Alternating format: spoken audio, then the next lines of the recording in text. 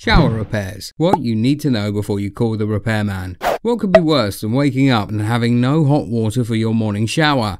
Learn how to do simple shower repairs with Cashfloat to get your shower back up and running. We all hate it when we jump into the shower and it's cold. Or you might get an unreliable temperature and have to jump in and out of the hot or cold water. Maybe there's no water at all. All of these common shower problems are very frustrating. There are some common faults with electric showers. This article will point out a few of the most common shower repairs that you can diagnose and do yourself before you resort to ringing up a repairman. But don't risk your life for the sake of saving money. Before trying to sort out a problem with your electric shower, remember that electricity alone is very dangerous.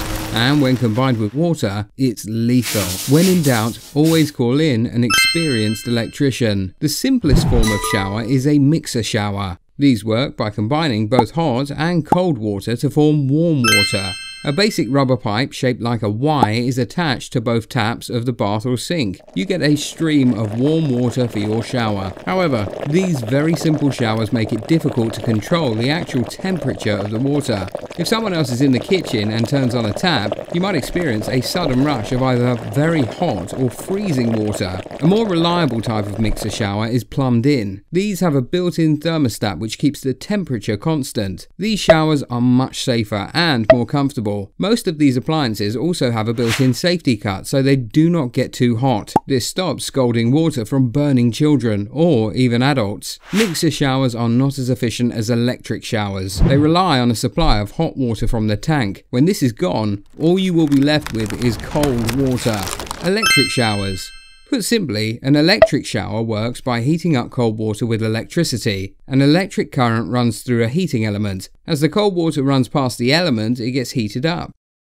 Getting help for problems with electric showers. Having an electric shower is a boon, even if you sometimes have to do occasional shower repairs. A shower uses less water than a full bathtub and saves on utility bills because it heats up the water as it passes through the element. Modern showers have an isolation valve. If you experience any problems, you can use this to turn off the water supply. After that, turn off the switch in the fuse box that provides power to the shower. Then call out an emergency plumber. Unless you are an experienced plumber and electrician, it is better not to mess about with your electric showers when they go wrong. Shower repairs can sometimes be expensive, and you may need to take a £500 loan to finance the repairs. But your life is worth more than a payday loan, so don't risk doing dangerous repairs. Additionally, keeping your shower clean and regularly checking for the above problems will ensure that you get the best out of this home appliance and minimize the need for shower repairs.